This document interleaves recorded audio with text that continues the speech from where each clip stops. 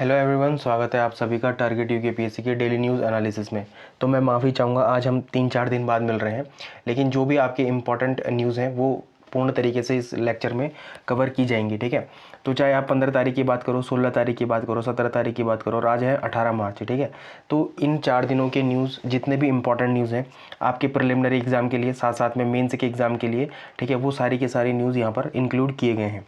जो ये 4 दिन की न्यूज़ है इनमें वन लाइनर मतलब फैक्ट बेस जो करंट अफेयर है वो बहुत ज़्यादा इंपॉर्टेंट है, जो आपके प्रिलिमिनरी एग्ज़ाम को क्या करता है, पूर्ण तरीके से टारगेट करता है। ठीक है, पहली चीज़ ये है। और दूसरी चीज़ ये है कि जो इंपॉर्टेंट न्यूज़ है बाकी वो क्या है, मेंस के लिए भी बहुत इंपॉर्टेंट है। जैसे आप शांति एक्ट के बारे में बात कर लें, ठीक है, उड़ान योजना के बारे में बात कर लें, नाविक के बारे में थोड़ा सा देख लें, ठीक है, या जीडीपी के बारे में, यहाँ पर जीडीपी डिफ्लेटर के बारे में बताया गया है। तो ये सारी न्यूज़ आपके मेंस के लिए उतनी ही इंपॉर्टेंट है जितनी प्रिलिमिनरी एग्जाम के लिए इंपॉर्टेंट है। ठीक है, तो सबसे पहले एज यूजुअल जो हम करते हैं, सबसे पहले देखेंगे हम यस्टरडे प्रैक्टिस क्वेश्चन। और यस्टरडे प्रैक्टिस क्वेश्चन का मतलब जो लास्ट डीएनए हुआ था उसमें जो भी प्रैक्टिस क्वेश्चन होंगे जो क्या होते हैं आपके रिवीजन के लिए बहुत इंपॉर्टेंट होंगे। ठीक है, उनको देखेंगे। अब इसमें वन लाइनर न्यूज़ कुछ इंपॉर्टेंट है नहीं, क्योंकि जितनी भी वन लाइनर न्यूज़ है वो सारी की सारी इन टॉपिक्स में क्या कर दी गई है, इंक्लूड कर दी गई है। ठीक है, तो ये चीज़ें इंपॉर्टेंट है। फिर सबसे पहले देखते हैं हम उड़ान योजना के बारे में। ठीक है, उड़ान योजना के बारे में हमने बहुत सारे चीज़ों को क्या करा है, डिस्कस करा है, लेकिन आज अगेन ये उड़ान योजना फिर से न्यूज़ में थी। ठीक है, तो आज हम इसको प्रीलिम्स तरीके से, संपूर्ण तरीके से क्या कर लेंगे, कंप्लीट कर लेंगे। और फिर जो यहाँ पर मेंस के एस्पेक्ट से कहाँ पर जीएस पेपर 6 के लिए, ठीक है, उत्तराखंड की इकोनॉमी के लिए, और साथ साथ में जीएस पेपर 3 के लिए जो भी चीज़ें इंपॉर्टेंट होती हैं, ठीक है, एक योजना की एस्पेक्ट से, उनको भी हम क्या कर लेंगे, डिस्कस कर लेंगे। और क्या इसमें खामियाँ आ रही हैं, कहाँ कहाँ पर इसमें क्या आ रही हैं, चुनौतियाँ आ रही हैं, उन सारी चीज़ों को हम क्या करेंगे, देख लेंगे। ठीक, जो इंपॉर्टेंट दूसरी न्यूज़ है वो है भक्त दर्शन उच्च शिक्षा गौरव पुरस्कार मिले हैं। ठीक है, और ये उत्तराखंड के प्रिलिमिनरी एग्जाम के लिए बहुत ज़्यादा इंपॉर्टेंट है। फिर चाहे आप किसी भी एग्ज़ाम की बात करें, ठीक है, वहाँ के लिए बहुत ही ज़्यादा इंपॉर्टेंट हो जाते हैं ये टॉपिक। तो इनको भी हम देख लेंगे, इस न्यूज़ को भी हम पूर्ण तरीके से देख लेंगे। लेकिन उससे पहले आपको मुझे बताना है भक्त दर्शन जी के बारे में। ठीक है, आप जब भी जीएस पेपर 5 की बात करते हैं ना, उत्तराखंड का जो पेपर है, 5वां पेपर है, जिसमें क्या आता है कि उत्तराखंड के जो हिस्टोरिकल बैकग्राउंड से जुड़े हुए लोग हैं उनके बारे में क्या आता है, टिप्पणी लिखने के लिए आता है। कितने शब्दों में, 50 शब्दों में लिखने के लिए आता है। ठीक है, वहाँ के लिए ये बहुत इंपॉर्टेंट पर्सनैलिटी है। तो आपको क्या करना है कि भक्त दर्शन जी के बारे में जितने भी इंपॉर्टेंट फैक्ट्स हैं, ठीक है, जो भी आपने पढ़े हुए हैं अभी तक, या जिसने नहीं पढ़े हैं वो क्या करें, अपने जो भी सोर्सेज है आपकी, परीक्षावाणी हो गया, BSN की हो गया, और भी लोग बहुत सारी चीज़ें पढ़ते हैं। ठीक है, तो वहाँ से अपने सोर्सों से मुझे आप क्या देंगे, एक टिप्पणी देंगे किसके बारे में, भक्त दर्शन जी के बारे में। और कहाँ पर देखें, इसी वीडियो के कमेंट सेक्शन में बताएंगे भक्त दर्शन जी के बारे में। ठीक है, अगली जो न्यूज़ है वो शांति एक्ट 2025 के बारे में है। ठीक है, और ये न्यूज़ को भी हम डीएनए में क्या कर चुके हैं, कवर कर चुके हैं पूर्ण तरीके से। ठीक, दिसंबर के महीने में हम इसको कवर कर लिया था। ठीक है, अब ये आपके कहाँ के लिए इंपॉर्टेंट है, सबसे पहले तो जीएस पेपर 3 के लिए इंपॉर्टेंट है। ठीक है, प्रिलिमिनरी एग्जाम के लिए और इम्पॉर्टेंट है। ठीक है, तो ये इस बार आपके पेपर में आ सकता है। सबसे पहले तो आपको यही पूछा जा सकता है कि what is the full form of Shanti, या इसमें पूछा जाएगा कि एन का मतलब क्या है, टी का मतलब क्या है, एस का मतलब क्या है। तो आपको यहाँ पर बहुत ही अटेंटिव तरीके से देखना है ये लेक्चर। ठीक है, कि यहाँ पर ये जो न्यूज़ है वो आपके प्रिलिमिनरी एग्जाम के लिए कहाँ कहाँ पर क्या है, इंपॉर्टेंट है। ठीक है, अगली जो न्यूज़ है वो ऑस्कर अवार्ड से रिलेटेड है, और यहाँ पर हम सारे ही सभी चीज़ों को देख लेंगे कि किसे ऑस्कर मिला है, किस मूवी को ऑस्कर मिला है, किस सॉन्ग को ऑस्कर मिला है, थोड़ा इसके बारे में देख लेंगे। ठीक है, ये आपके प्रिलिमिनरी एग्जाम के लिए बहुत ही ज़्यादा एक इंपॉर्टेंट टॉपिक है और स्टार मार्क टॉपिक है। यहाँ से हमेशा क्या आता है, क्वेश्चन आता ही आता है। ठीक, अगली जो न्यूज़ है वो नाविक से संबंधित है, और नाविक क्या है, भारत का क्या है, एक नेविगेशन सिस्टम है। तो आप अगर इसको जीएस पेपर 3 किससे, साइंस एंड टेक्नोलॉजी से अगर रिलेट कर सकते हैं, तो वहाँ के लिए क्या है, एक बहुत ही इंपॉर्टेंट ये न्यूज़ होती है। साथ साथ में प्रीलिम्स के लिए बहुत ही ज़्यादा एक 5 स्टार कहेंगे इसको, 5 स्टार क्या है, एक टॉपिक है ये। ठीक है, तो कभी भी आपको नाविक के बारे में कहाँ पर पूछा जा सकता है, प्रिलिमिनरी एग्जाम में। तो ये जो टॉपिक है ये बहुत ही ज़्यादा एक इंपॉर्टेंट टॉपिक है आपके एग्जाम के लिए। फिर अगली जो न्यूज़ आई थी वो जीडीपी से रिलेटेड आई थी। ठीक है, और यहाँ पर आप बहुत एस्पेक्ट में क्या देखेंगे, इस चीज़ को देखेंगे। ठीक है, थोड़ा WPI CPI जीडीपी का जो बेस ईयर है उसको चेंज करने की बात की गई है, जो कि क्या क्या है, 2022-23 करने की बात की गई है। ठीक है, जीडीपी का भी बेस ईयर अब बहुत ही जल्द बदलने वाला है। तो ये भी क्या है, एक बहुत इंपॉर्टेंट न्यूज़ है। चाहे आप प्रिलिमिनरी एग्जाम की बात करें, या चाहे आप जीएस पेपर 3 में इंडियन इकोनॉमी में इसको वहाँ से रिलेट कर पाएँ, तो वहाँ के लिए भी क्या है, एक बहुत ही इंपॉर्टेंट ये न्यूज़ हो जाती है। और यहाँ पर चैलेंजेस की भी बात की गई है। ठीक है, यहाँ पर क्या की बात की गई है, चैलेंजेस की भी बात की गई है। तो ये एक इंपॉर्टेंट न्यूज़ हो जाती है आपके इकोनॉमिक्स के एस्पेक्ट से, मेंस के लिए भी एज वेल एज प्रीलिम्स के लिए भी, ठीक है। फिर जो अगली न्यूज़ है वो साहित्य अकादमी पुरस्कार है, और साहित्य अकादमी पुरस्कार कितनी भाषाओं में दिए जाते हैं, तो 24 भाषाओं में दिए जाते हैं। आज आप जो साहित्य अकादमी पुरस्कार है इनके बारे में भी डिटेल से जान पाएंगे, ठीक है। तो अगेन जो ये टॉपिक है ये प्रिलिमिनरी एस्पेक्ट से तो बहुत ज़्यादा इंपॉर्टेंट है, क्योंकि यहाँ से क्वेश्चन आते ही आते हैं। साथ साथ में मेंस एग्जामिनेशन में भी आपको अगर कभी साहित्य अकादमी पुरस्कार पर टिप्पणी लिखने के लिए आता है, जो कि बहुत एक रेयर चांस है, बट आपको वैसे ये सारी चीज़ें पता होनी चाहिए। क्यों? क्योंकि प्रिलिमिनरी एग्जाम भी कई बार क्या होता है कि यहाँ पर स्टेटमेंट वाइज क्वेश्चन बनते हैं, और जब भी कथन वाले क्वेश्चन बनते हैं तो वो जो टॉपिक होता है वहाँ पर आपका जो पढ़ने का स्तर है वो बहुत ही ज़्यादा क्या होना चाहिए, गहन होना चाहिए। तो ये टॉपिक भी आज आपका क्या हो जाएगा, संपूर्ण तरीके से कंप्लीट हो जाएगा, ठीक है। आगे बढ़ने से पहले मैं आपको बताना चाहता हूँ कि अगर आपको इस लेक्चर की PDF चाहिए तो आपको क्या करना है, सबसे पहले जाना है टेलीग्राम में सर्च करना है टारगेट UPSC को, ठीक है। टारगेट UPSC को सर्च करो, और वहाँ पर या तो क्या करो कि इस बार कोड को स्कैन करो और कहाँ पर पहुँच जाओ, सीधे टारगेट UPSC के टेलीग्राम चैनल पर पहुँच जाओ, और वहाँ पर आपको पता चल जाएगा कि कैसे आप इस PDF को अवेल कर सकते हैं, मतलब अपने पास ले सकते हैं, ठीक है। तो सबसे पहले देख लेते हैं हम येस्टरडे प्रैक्टिस क्वेश्चन को, और येस्टरडे प्रैक्टिस क्वेश्चन में जो सबसे पहला क्वेश्चन है ये हमने कहाँ से रिलेट करा था, फूलदेई त्यौहार से रिलेट किया था, ठीक है। तो ये बहुत एक इंपॉर्टेंट क्वेश्चन था कि बुरांस का जो वैज्ञानिक नाम है वो क्या है। तो बुरांस का जो वैज्ञानिक नाम क्या है, वो रोडोडेंड्रोन अर्बोरियम है, ठीक है। तो यहाँ पर हमने बहुत सारी चीज़ों को, जैसे फ्यूली एक पुष्प होता है, उसका भी हमने क्या देखा था, वैज्ञानिक नाम देखा था, ठीक है। तो वो आप मुझे कहाँ पर बताओ, कमेंट सेक्शन में बताओ, ठीक है। साथ साथ में हमने इसमें देखा था फूलदेई त्यौहार को जो हम मनाते हैं, ठीक है, उसके बारे में हमने इसमें क्या करी थी, डिटेल में चर्चा करी थी। जिसने भी पुराना लेक्चर नहीं देखा, एक बार पुराना लेक्चर जरूर देख लें, ठीक है। जो भी हम लेक्चर करते हैं उसको हम स्टैटिक पॉइंट ऑफ व्यू से क्या करते हैं, इंटरकनेक्ट करने की कोशिश करते हैं। तो ये आपके जो टॉपिक होते हैं ये संपूर्ण तरीके से क्या हो जाते हैं, कंप्लीट हो जाते हैं। अगला जो क्वेश्चन था वो नमामि गंगे कार्यक्रम से रिलेटेड था, और यहाँ पर क्वेश्चन था कि हाल ही चर्चा में रहे नमामि गंगे और नदी संरक्षण कार्यक्रमों के संदर्भ में निम्नलिखित कथनों पर विचार करें। तो पहला कथन क्या था, नमामि गंगे कार्यक्रम को संयुक्त राष्ट्र के जैव विविधता सम्मेलन के दौरान विश्व पुनरुद्धार की शीर्ष 10 प्रमुख पहलों में से एक माना गया है। तो ये ऑप्शन क्या था, बिल्कुल सही था। जो दूसरा ऑप्शन था, गंगा प्रहरी नामक पहल के तहत स्थानीय समुदाय और स्वयंसेवकों को नदियों की जैव विविधता और स्वच्छता के संरक्षण के लिए तैनात किया गया है। ये भी क्या था, दूसरा ऑप्शन भी क्या था, बिल्कुल सही था। जो तीसरा ऑप्शन है वो नमामि गंगे कार्यक्रम मुख्य रूप से पर्यावरण, वन और जलवायु परिवर्तन मंत्रालय द्वारा क्रियान्वित किया गया है। ऐसा नहीं था, बल्कि किसके द्वारा क्रियान्वित किया गया था, ये जल शक्ति मंत्रालय के द्वारा क्रियान्वित किया गया था, ठीक है। किसके द्वारा, जल शक्ति मंत्रालय के द्वारा, ठीक है। तो ये जो ऑप्शन है ये क्या है, गलत है, ठीक। तो ये ऑप्शन क्या है, गलत है, ठीक है। तो यहाँ पर क्या हो जाएगा सही आंसर, 1 और 2 इसके क्या हो जाएंगे, सही आंसर। तो बी बॉल इसका क्या है, सही आंसर है, ठीक है। तो ये जो टॉपिक था ये बहुत इंपॉर्टेंट था आपके प्रिलिमिनरी एग्जाम के लिए भी, क्योंकि हमने यहाँ पर क्या करा था, बहुत सारी योजनाओं के बारे में पढ़ा था, ठीक है। जो भी योजना किससे रिलेटेड है, चाहे वो नदियों से रिलेटेड हो, ठीक है, चाहे वो स्वच्छता से रिलेटेड हो, चाहे वो वॉलंटियरी वाला क्यों ना हो, जैसे ये है ना स्थानीय समुदाय, जैसे गंगा प्रहरी, या फिर हमने क्या पढ़ा था, रैन द कैच वाला पढ़ा था हमने, ठीक है। ये सारी योजनाएं पढ़ी थी जो आपके क्या है, प्रिलिमिनरी एस्पेक्ट के लिए तो बहुत इंपॉर्टेंट है ही है। साथ में अगर आप उसको मेंस में रिलेट कर सकते हैं, ठीक है, तो वहाँ के लिए भी क्या है, बहुत ज़्यादा इंपॉर्टेंट है। अगला जो क्वेश्चन था वो प्रिय विहार मंदिर से रिलेटेड था, और ये जो टॉपिक था ये क्या था, थाईलैंड और कंबोडिया के बीच में जो सीमा विवाद हुआ है उससे रिलेटेड था, ठीक है। तो आपको मुझे एक चीज़ बताने की, जो प्रिय विहार मंदिर है ये कौन सी श्रेणी में है, कौन सी पर्वत श्रेणी पर है, ठीक है, पर्वत श्रेणी पर। ये भी हमने बड़े डिटेल में पढ़ा था। तो ये आपका क्या हो जाता है, एक बार रिविजन के एस्पेक्ट से मैं आपको पूछना चाहता हूँ कि जो प्रिय विहार मंदिर था वो कौन सी पर्वत श्रेणी पर स्थित है, ठीक है। तो इसका जो पहला ऑप्शन है वो क्या है, यह कंबोडिया और वियतनाम की सीमा पर स्थित है। पहला ऑप्शन क्या है, गलत है। ये क्या है, कंबोडिया और थाईलैंड के क्या है, थाईलैंड के सीमा पर स्थित है, ठीक है। दूसरा क्या है, यह मूल रूप से भगवान शिव को समर्पित एक हिंदू मंदिर था। तो ये बिल्कुल ऑप्शन सही है, ठीक है। यह प्रसिद्ध अंकोर वाट मंदिर के बाद बनाया गया था, नहीं बाद नहीं, पहले बनाया गया था, पूर्व में बनाया गया था। तो इन दोनों मंदिरों में से जो पुराना मंदिर है वो कौन सा है, प्रिय विहार मंदिर है, और फिर कौन सा मंदिर है, अंकोर वाट का मंदिर है। अब आपको मैं क्रॉस क्वेश्चन करना चाहता हूँ कि अंकोर वाट का मंदिर कौन से शासकों ने, किन शासकों ने बनाया था, किन शासकों ने बनाया था, ठीक है। ये क्वेश्चन है, ये आपके प्रिलिमिनरी पेपर में बहुत बार ये पूछा जाता है कि अंकोर वाट का मंदिर किन्होंने बनाया था, ठीक है। तो अगेन जो ये न्यूज़ है ये बहुत ज़्यादा इंपॉर्टेंट है आपके मेंस और प्रीलिम्स के लिए, ठीक है। तो जो भी लोग बीच बीच में क्या करते हैं, लेक्चर को स्किप करते हैं, ऐसी आदत को बनाने से छोड़ लो, ठीक है। लगातार क्या करो, आपकी अगर आप एक बार DNA को फॉलो कर रहे हो तो 6 महीने फॉलो करके तो देखो, आपको ऐसा चेंज नज़र आएगा अपने आप में कि एक तो आप जुड़ जाओगे, समसामयिक की घटनाओं से जुड़ जाओगे। दूसरा आपका मेंस क्या हो जाएगा, बहुत ही ज़्यादा मजबूत हो जाएगा, क्योंकि हम हर एस्पेक्ट में क्या करते हैं, मेंस को भी लेके चलते हैं।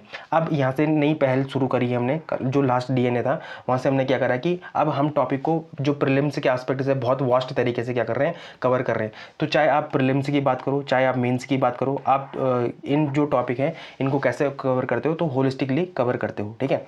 तो ये आपके एग्जाम पॉइंट ऑफ व्यू के लिए क्या है, बहुत ही ज़्यादा एक इंपॉर्टेंट लेक्चर हो जाता है। अब सबसे पहले देख लेते हैं हम पहली न्यूज़ को। तो पहली न्यूज़ किससे संबंधित थी, उड़ान योजना से संबंधित थी। तो न्यूज़ क्या थी, उत्तराखंड में उड़ान मतलब क्षेत्रीय संपर्क योजना है ना, ये कैसी योजना है, क्षेत्रीय संपर्क योजना है, ठीक है। के तहत शुरू की गई हेलीकॉप्टर यात्राएं इतनी महंगी है कि यह योजना अपने मूल उद्देश्य क्या था इसका, आम आदमी को सस्ती हवाई यात्रा कराना में क्या हो चुकी है, विफल हो रही है, ठीक है। यह केवल पर्यटन और आपात तक की क्या हो चुकी है, सिमट चुकी है। तो ये न्यूज़ बहुत ही ज़्यादा एक इंपॉर्टेंट न्यूज़ है, ठीक है। उड़ान योजना के बारे में भी हम पहले बात कर चुके हैं, है ना। आज जिन्होंने मतलब उनको उस लेक्चर को देखा है उनका क्या हो जाएगा, रिवीजन हो जाएगा, और जिन्होंने नहीं देखा है उनका एक बार फिर से क्या आ चुकी है, उड़ान योजना चर्चा में आ चुकी है। तो उड़ान योजना का पूरा नाम क्या है, तो उड़े देश का आम नागरिक, ठीक। कई बार क्वेश्चन पेपर में देखा गया है कि ये पूछा जाता है कि what is the full form of उड़ान योजना। तो उड़ान योजना की फुल फॉर्म क्या है, तो उड़े देश का आम नागरिक। इसको लॉन्च कब किया गया था, तो 21 अक्टूबर 2016 को किया गया था। और इसने अपनी पहली उड़ान कब भरी थी, तो 2017 में भरी थी। कब, अप्रैल में भरी थी। और कहाँ से कहाँ तक भरी थी, तो शिमला से देहरादून के बीच, दिल्ली के बीच क्या भरी थी, ठीक है। कौन से मंत्रालय के तहत आता है, तो मिनिस्ट्री ऑफ सिविल एविएशन के तहत आता है। और नोडल एजेंसी क्या है, तो एयरपोर्ट्स अथॉरिटी ऑफ इंडिया है, ठीक है। इसका क्या था, मूल विजन क्या था, जो प्रधानमंत्री नरेंद्र मोदी जी के द्वारा दिया गया था कि हवाई चप्पल पहनने वाला आम आदमी भी क्या कर सके, हवाई जहाज की यात्रा कर सके, ठीक है।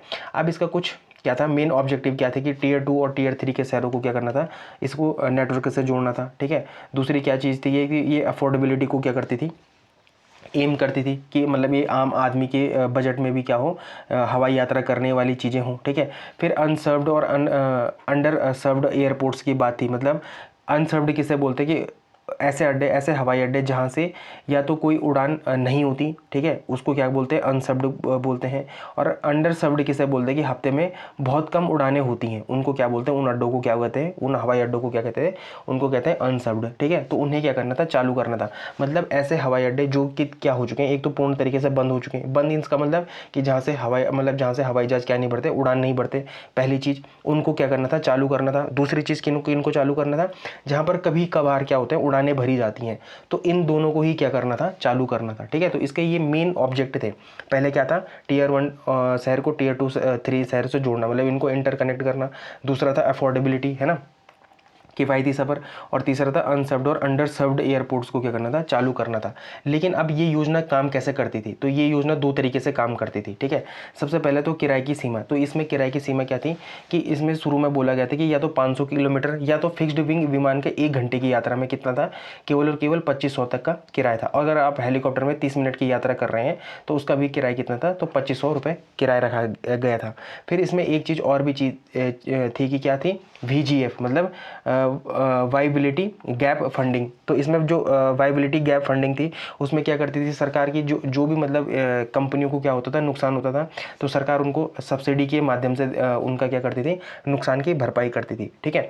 अब इसमें कुछ वित्तीय बंटवारा भी था। जैसे जो सामान्य राज्य है, ठीक है, जो सामान्य राज्य है उसमें 18-20 का क्या था, इसमें रेशियो था। 18-20 नहीं, 80-20 का क्या था, रेशियो था। जो 80 देता था वो कौन देता था, केंद्र सरकार देता था। और जो 20 देता था वो कौन देता था, राज्य सरकार देता था, ठीक है। और ये बहुत इंपॉर्टेंट एक फैक्ट है, ठीक है। अधिकतर हमने देखा है कि जो भी केंद्रीय योजनाएं होती हैं उसमें 60-40 का क्या होता है, रेशियो होता है। 60-40 का रेशियो होता है। 60 कौन देता है, केंद्र सरकार देती है, और 40 कौन देता है, तो स्टेट गवर्नमेंट देती है, ठीक है। लेकिन इसमें क्या है, 80-20 का रेशियो है। मतलब जो 80% जो सब्सिडी देगी वो कौन देगा, सब्सिडी नहीं, मतलब जो 80% खर्च वहन करेगी वो कौन करेगी, केंद्र सरकार करेगी। और जो 20% जो खर्च वहन करेगी वो कौन करेगी, राज्य सरकार करेगी। लेकिन वो भी कैसे राज्यों में, तो सामान्य राज्यों में। लेकिन जो कैसे हैं, जो पूर्वोत्तर राज्य हैं, ठीक है, या केंद्र शासित प्रदेश हैं, है ना, या क्या है, पहाड़ी राज्य, जैसे क्या हो गया, उत्तराखंड या हिमालय हो गया, हिमाचल प्रदेश हो गया, तो वहाँ पर कितना था, 90-10 का रेशियो। तो आपको ये याद रखना है, ठीक है। ये आपको याद रखना है कि जो पूर्वोत्तर राज्य हैं, है ना, चाहे वो क्या है यूनियन टेरिटरीज़ हैं, चाहे वो क्या है पर्वतीय राज्य हैं, तो वहाँ पर कितना है 90-40 का 90-10 का रेशियो है। लेकिन जो सामान्य राज्य हैं, जो क्या है सामान्य राज्य हैं, वहाँ पर क्या है 80-20 का रेशियो है। ठीक है, तो आपको इस योजना को यहाँ पर ऐसे याद रखना है, क्योंकि यहाँ से क्या हो सकता है कभी भी स्टेटमेंट वाला क्वेश्चन पूछा जा सकता है। और जो भी लोग यूके SSS की तैयारी कर रहे हैं, अब लगातार क्या हो रहा है कि ऐसे ही पैटर्न पे क्या पूछे जा रहे हैं, क्वेश्चन पूछे जा रहे हैं। पहली चीज़ ये, मुझे लगता है यहाँ तक आपको समझ आ गया होगा।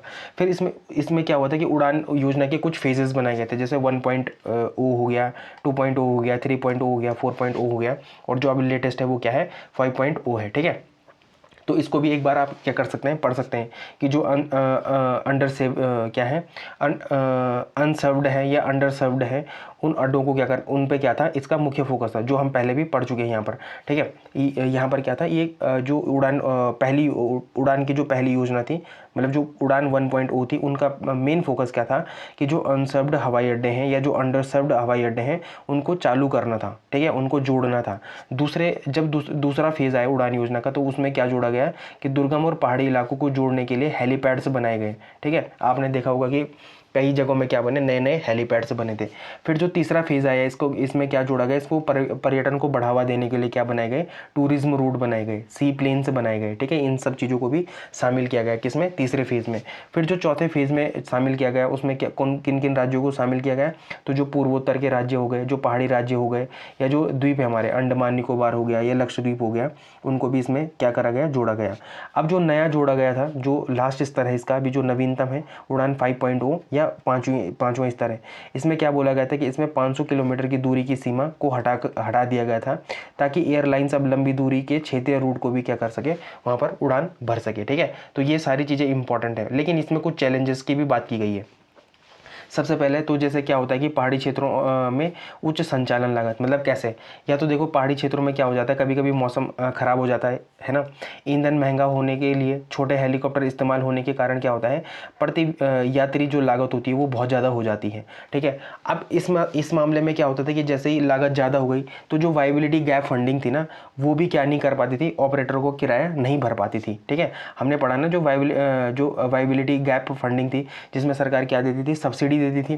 ठीक है, तो कई बार ये क्या होता था कि जो ऑपरेटर का किराया होता था वो इतना ज़्यादा हो जाता था कि जो सरकार द्वारा जो क्या दी जाती थी, फंडिंग दी जाती थी या जो सब्सिडी दी जाती थी, ठीक है, वो कई बार कम पड़ती थी। ठीक है, फिर दूसरा है निरंतरता का अभाव या सस्टेनेबिलिटी का अभाव।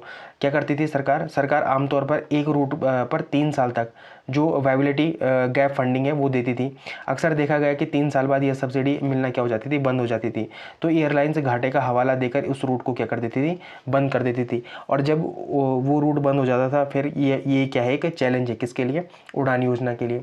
फिर है बुनियादी ढांचे की कमी। तो बुनियादी ढांचे की कमी क्या है कि कई छोटे शहरों में अभी भी हवाई पट्टियाँ नहीं है, रडार सिस्टम अच्छे नहीं है। ठीक है, या तो है ही नहीं, या सुरक्षा मानकों को वो क्या नहीं कर पाए, सुरक्षा मानकों को ढंग से नहीं रख पाए, है ना, उनका विस्तार नहीं कर पाए, ये हो गया। फिर यात्रियों की कमी। अधिकतर देखा गया था इसमें कि जो टियर 3 के शहर हैं, कभी कभी यहाँ पर क्या नहीं मिलते थे, पर्याप्त यात्री नहीं मिलते थे। अब जब पर्याप्त यात्री नहीं मिलते थे तो कई बार क्या होता था, कोई ऑपरेटरों को क्या करना पड़ता था, खाली विमान उड़ाना पड़ता था। तो भाई जब खाली विमान तो ऐसा उड़ेगा नहीं, फ्यूल तो कंजम्पशन करेगा ही, फ्यूल तो खाएगा ही, तो उस फ्यूल का भी खर्चा कौन देगा। ठीक है, ये भी क्या था, एक प्रश्न चिन्ह था। अब इसको आप मेन से में कहाँ पर कनेक्ट करेंगे, तो सबसे पहले आप इसको कहाँ पर कनेक्ट कर सकते हैं, GS पेपर 6 में। ठीक है, उत्तराखंड की अर्थव्यवस्था में इसको कर सकते हैं। तो यहाँ पर सबसे पहले देखा गया कि जो आधारभूत संरचना है वो क्या नहीं है, अच्छी नहीं है। ठीक है, तो यहाँ पर क्या बोला गया कि पहाड़ी राज्य होने के कारण उत्तराखंड में सड़क और रेल मार्ग का विकास क्या है, एक चुनौतीपूर्ण रहा है। ठीक है, यह चुनौतीपूर्ण और सीमित है। ठीक है, ऐसे में जो हवाई संपर्क है वो बहुत ही ज़्यादा इंपॉर्टेंट है, ये मैं आपको पहले भी बता चुका हूँ। ठीक है, जब भी आपदा आएगी, ठीक है, जब भी आपदा आएगी तो वहाँ के लिए क्या चाहिए, हमें हवाई सेवा चाहिए, ये बहुत इंपॉर्टेंट है। या कहीं पर बहुत रैपिडली जाना पड़े किसी को, ठीक है, तो वहाँ के लिए भी क्या चाहिए, एयर कनेक्टिविटी चाहिए ही चाहिए, ये भी क्या है, बहुत ज़्यादा इंपॉर्टेंट है। ठीक है, दूसरा क्या है, हम दुर्गम, हमारा क्या है, दुर्गम क्या है, पूर्ण राज्य क्या है हमारा, दुर्गम स्थिति में आता है। मतलब यहाँ पर जो ट्रेन है, ट्रेन मतलब ट्रेन को हिंदी में क्या कहेंगे, वो वाली ट्रेन नहीं भाई, टेरेन जो भौगोलिक स्थिति वाली, ठीक है ना, तो वो क्या है, कठिन है। तो उस वजह से भी एयर कनेक्टिविटी होना क्या है, बहुत ही ज़्यादा इंपॉर्टेंट है। तो राज्य में हवाई यातायात का ढांचा तो बन रहा है, लेकिन उच्च लागत के कारण यह आम जनता के लिए क्या है, व्यवहारिक नहीं है। इसी वजह से ही क्या हो रहा है, उड़ान योजना में लगातार क्या बन रहा है, किराया बढ़ रहा है, ठीक है। तो यहाँ पर जो एडिटोरियल लिखने वाला था, ठीक है, उन्होंने भी यही बताया था कि इसकी जब ये किराया बढ़ रहा है तो ये क्या है, एक चैलेंज है, किसके लिए, उड़ान योजना के लिए एक बहुत बड़ा चैलेंज है ये, ठीक है। फिर है पर्यटन अर्थव्यवस्था। इन महंगी उड़ानों का फायदा मुख्य रूप से पर्यटकों तो हो रहा है, लेकिन जो हेली सेवाएं हैं, जो हार्ड एंड टूरिज्म को भी बढ़ावा दे रही है, लेकिन आम जो स्थानीय नागरिक है उनको इसका लाभ नहीं मिल रहा है। इसीलिए तो बोला गया कि ये केवल और केवल किस चीज़ के लिए रह गई ये उड़ान योजना, तो केवल और केवल पर्यटन के लिए रह गई, ठीक है। और जबकि किसको ध्यान में रखकर बनाई गई थी, तो एक स्थानीय नागरिक को, मतलब जो एक निम्न तबके का स्थानीय नागरिक है, जो आम नागरिक है, उसको लेकर ये योजना बनाई गई थी, ठीक है। तो ये एक क्या है, इम्पॉर्टेंट आस्पेक्ट है, ठीक है, उड़ान योजना के लिए और उत्तराखंड के एस्पेक्ट में, ठीक है। तो ये चीज़ इंपॉर्टेंट है। फिर आप इसको जीएस पेपर 2 में भी क्या कर सकते हैं, कनेक्ट कर सकते हैं, कहाँ पर, गवर्नेंस एंड पब्लिक पॉलिसी में, ठीक है। तो सरकारी योजनाओं का मूल्यांकन, यह उड़ान योजना की एक बड़ी आलोचना है, ठीक है। सरकार की नीति थी कि उड़े देश का आम नागरिक, लेकिन ज़मीनी हकीकत यह है कि जो दिल्ली से काठमांडू की जो कितनी यात्रा है, 1 घंटा और 45 मिनट की यात्रा है, उसके लिए किराया इतना लग रहा है, 6248 रुपये लग रहा है, ठीक है। और देहरादून से अल्मोड़ा 30 से 40 मिनट की हेली उड़ान है, और इसके लिए कितना खर्च लग रहा है, तो 4999 रुपये लग रहा है। और जबकि कितनी की बात की गई, तो 2500 रुपये की बात करी गई थी, ठीक है। तो ये सारी चीज़ें क्या है, बहुत ही ज़्यादा इंपॉर्टेंट है, और जो दिखाती है कि जो क्या है, गवर्नमेंट स्कीम है, ठीक है, वो कागज़ों में तो बन जाती है, लेकिन धरातल पर कैसे इम्प्लीमेंट होती है, ठीक है, वहाँ पर क्या है, क्वेश्चन मार्क छोड़ के जाती है ऐसी चीज़ें, ठीक है। फिर जो वायबिलिटी गैप फंडिंग है, यहाँ पर बताया गया कि सरकार क्या कर रही है, इनको तो सरकार क्या कर रही है, सब्सिडाइज तो कर ही रही है, लेकिन सब्सिडाइज करना ही क्या नहीं है, काफ़ी नहीं है। क्योंकि यहाँ पर क्या हो रहा है कि जो ऑपरेटर्स हैं उनका जो क्या हो रहा है, खर्च हो रहा है, वो सब्सिडी से भी कहीं ज़्यादा गुना क्या है, ज़्यादा है, ठीक है। तो यहाँ पर भी क्या है, एक चिंताजनक बात है, ठीक। तो मुझे पूर्ण उम्मीद है कि आपको ये उड़ान योजना, ठीक है, पूर्ण तरीके से समझ आ गई होगी, कौन कौन से एस्पेक्ट में इसको खोला गया है वो समझ आ गया होगा, जो हमने प्रीवियस पढ़ा था, ठीक है। चाहे आप खर्चे की बात कर लो, चाहे ऑपरेटरों की मनमानी कर लो, ठीक है। तो इन सारे एस्पेक्ट को हम पहले भी डीएनए में क्या कर चुके हैं, कवर कर चुके हैं, ठीक। तो मुझे इस बार पूर्ण उम्मीद है कि उड़ान योजना आपकी या तो प्रिलिमिनरी एग्जाम में पक्का आएगी, ठीक है, वरना मेंस एग्जाम में ये क्वेश्चन बन के आने वाला है, ठीक है। क्योंकि उड़े देश का अहम नागरिक इतना ये कभी न्यूज़ में नहीं रही, शायद तब भी न्यूज़ में नहीं रही जब क्या बनी थी, ये स्टार्टिंग में शुरू हुई थी, ठीक है। और अब इतनी न्यूज़ में है, तो यहाँ से क्वेश्चन बनने के चांसेस क्या हैं, बहुत ही ज़्यादा हाई हैं, ठीक है। अब जो अगली न्यूज़ है वो किससे रिलेटेड है, तो भक्त दर्शन उच्च शिक्षा गौरव पुरस्कार से संबंधित है, ठीक है। तो जो उत्तराखंड सरकार द्वारा उच्च शिक्षा और शोध क्षेत्र में उत्कृष्ट योगदान के लिए 2025 के क्या मिले हैं, भक्त दर्शन उच्च शिक्षा गौरव पुरस्कार दिए गए हैं। और ये कितने लोगों को दिए गए हैं, तो 4 शिक्षकों को दिए गए हैं, राज्य के 4 शिक्षकों को दिए गए हैं। और उन 4 शिक्षकों का क्षेत्र कौन कौन सा है, तो सबसे पहले है चिकित्सा से संबंधित है, प्रबंधन से संबंधित है, पर्यावरण से संबंधित है, तो और इतिहास से संबंधित है, ठीक। तो ये चीज़ें इंपॉर्टेंट है। तो पुरस्कार का नाम आपको पता ही है क्या है, भक्त दर्शन उच्च शिक्षा गौरव पुरस्कार है। और किस क्षेत्र में दिया जाता है, तो उच्च शिक्षा में उत्कृष्ट शैक्षणिक योगदान और शोध कार्यों के लिए दिया जाता है, ठीक है। तो ये सारी चीज़ें क्या है, इंपॉर्टेंट है आपकी प्रिलिमिनरी एग्जाम के लिए, ठीक है। और ये टॉपिक पूर्ण तरीके से प्रिलिमिनरी एग्जाम के लिए क्या है, बहुत ही ज़्यादा महत्वपूर्ण है। तो सबसे पहले जो है किनको मिला है, चिकित्सा के क्षेत्र में मिला है, और इनका संबंध किससे, नेत्र चिकित्सा से। और कौन है वो, तो डॉक्टर रेणु धस्माना है, ठीक है। तो जो डॉक्टर रेणु धस्माना है उनका संबंध है चिकित्सा से, और ये क्या है, नेत्र चिकित्सा से संबंधित है, ठीक है। तो एक तो इन्हें मिला है। और यहाँ पर आया देखो, स्वामी राम हिमालयन यूनिवर्सिटी, ये कहाँ पर है, तो ये कहाँ पर है, डोईवाला देहरादून में है, ठीक है। अब मुझे आपने ना थोड़ा सा स्वामी राम के बारे में बताना है, ठीक है। ये एक इंपॉर्टेंट पर्सनैलिटी है, ठीक है, अपने उत्तराखंड के लिए, तो आपको थोड़ा सा इनके बारे में बताना है। दूसरा जो नाम है वो प्रोफेसर HC पुरोहित है, और इनका संबंध किससे, वाणिज्य और प्रबंधन से संबंधित है।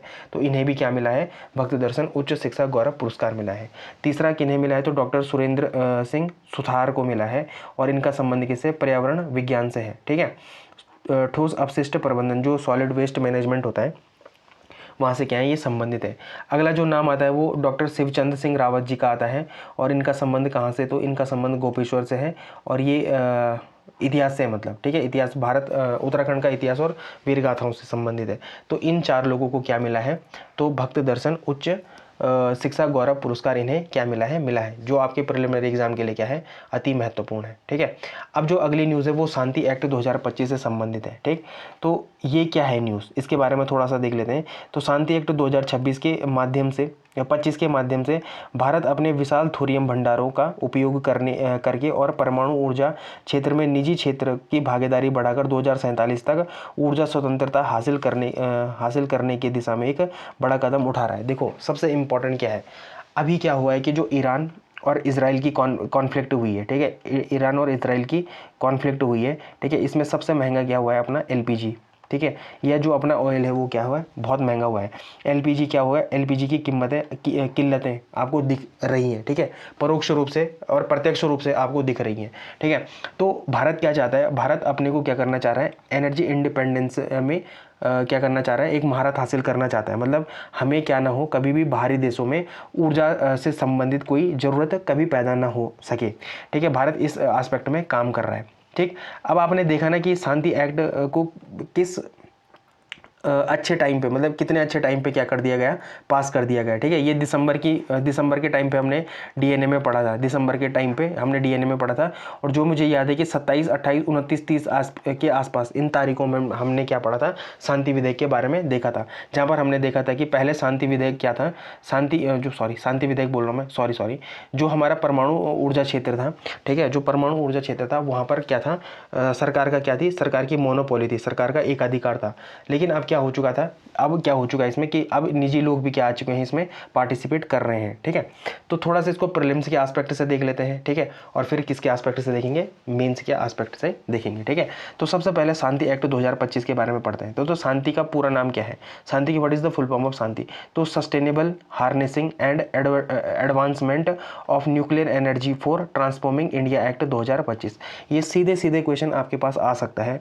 सबसे पहले तो इसकी फुल फॉर्म ये आपको कभी भी पूछी जा सकती है। ठीक है, कि शांति की फुल फॉर्म क्या है, तो sustainable harnessing and advancement of nuclear energy for transforming India act 2025। इसको आप कहीं पर नोट करके लिख लो।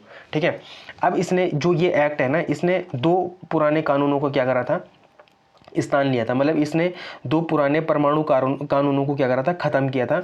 फिर जो ये शांति एक्ट 2025 था ये आया था। ठीक है, तो किन 2 एक्टों को इसने खत्म करा था, तो एक है एटॉमिक एनर्जी एक्ट 1962, ठीक है, और दूसरा क्या है, नागरिक दायित्व परमाणु क्षति अधिनियम 2010 को इसने क्या करा था, खत्म करा था। और फिर क्या बना था, ये शांति एक्ट आया था। ठीक है, अब इसको क्या है, ये जो AERB है, जो एटॉमिक एनर्जी रेगुलेटरी बोर्ड है ना, इसको भी क्या मिला है, इसके तहत एक स्टैचुरी बॉडी का दर्जा मिला है। ठीक है, एक वैधानिक निकाय का दर्जा मिला है। ठीक है, अब आपको मुझे थोड़ा सा बताना है कि आप वैधानिक निकाय से क्या समझते हैं। ठीक है, जरा कमेंट सेक्शन में बताना मुझे कि आप वैधानिक निकाय से या स्टैचुरी बॉडी से क्या समझते हैं। थोड़ा आप इसके बारे में कहाँ पर बताओ, कमेंट सेक्शन में बताओ।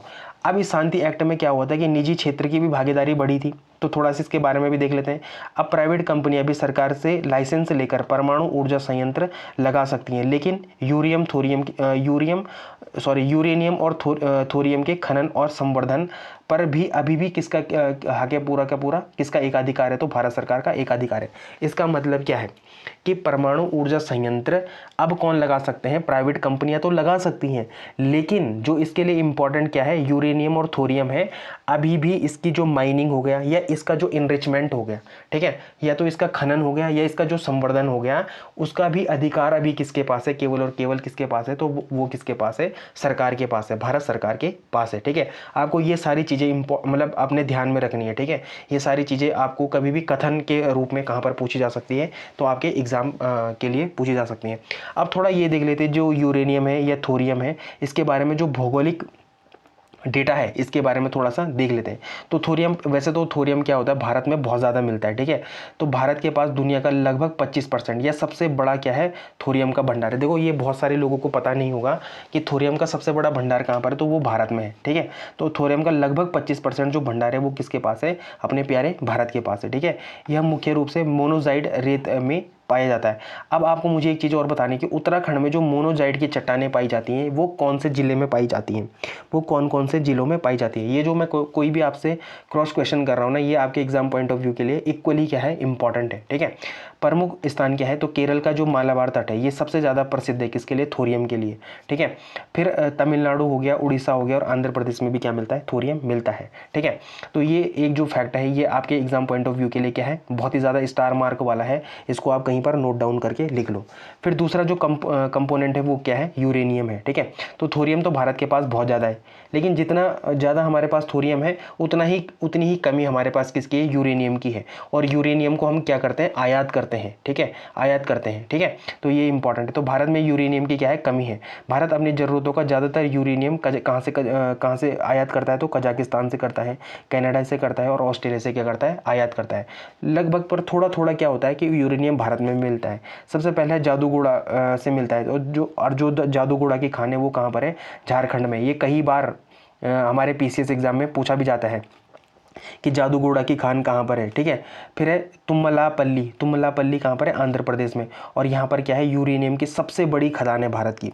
ठीक है, तो भारत की सबसे बड़ी यूरेनियम खदान कहाँ पर है, तो वो कहाँ पर है, आंध्र प्रदेश में। और उसका नाम क्या है भाई, तुमुल्लापल्ली। ठीक है, तुमुल्लापल्ली वाले एरिया में क्या मिलता है, भारत में सबसे बड़ी मात्रा में यूरेनियम मिलता है। तो ये जो 2 पॉइंट है ना, ये आपके एग्जाम पॉइंट ऑफ व्यू के लिए बहुत ज़्यादा इंपॉर्टेंट है, और खासकर उनके जिनको क्या होती है, ज्योग्राफी समझने में क्या होती है, दिक्कत होती है। ठीक है, तो इसको क्या कर लो, नोट डाउन करके रख लो आप। ठीक है, अब आप अगर इसको मेंस में कनेक्ट करना चाहते हैं तो सबसे पहले आप जीएस पेपर 3, ठीक है, कहाँ पर, साइंस एंड टेक्नोलॉजी में क्या कर सकते हैं, कनेक्ट कर सकते हैं।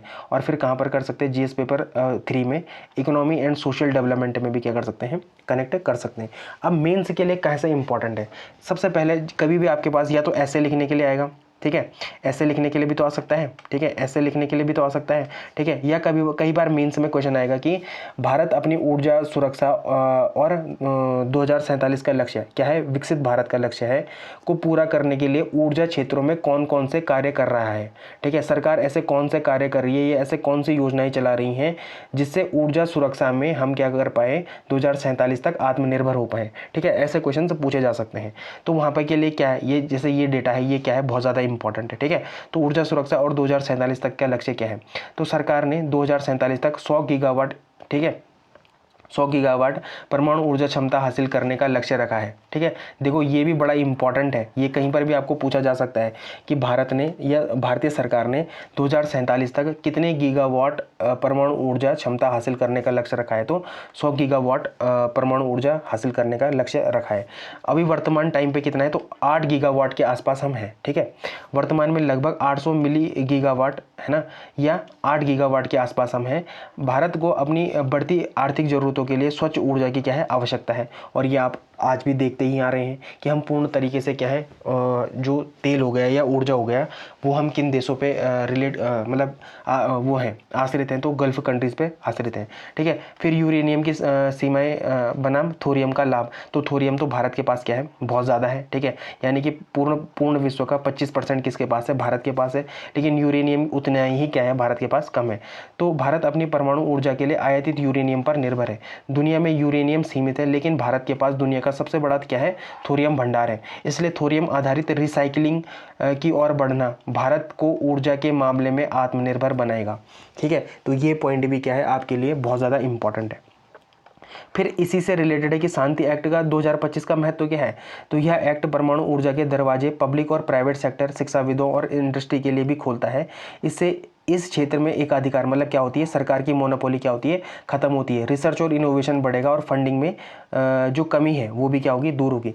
देखो आज दिन तक ना हम क्यों इस थोरियम का अच्छे से यूज़ नहीं कर पाए हैं, इसका सबसे बड़ा इम्पॉर्टेंट एस्पेक्ट यही है कि हमारे पास उतनी फंडिंग है ही नहीं, सरकार के पास उतनी फंडिंग है ही नहीं।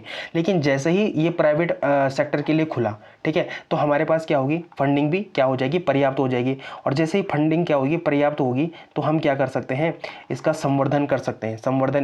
संवर्धन का मतलब इसका इनरिचमेंट कर सकते हैं, इस थोरियम का क्या कर सकते हैं, इनरिचमेंट कर सकते हैं। ठीक है, ये इंपॉर्टेंट है। फिर मैंने आपको परसों SMRs के बारे में बताया था, स्मॉल मॉड्यूलर रिएक्टर के बारे में बताया था ना।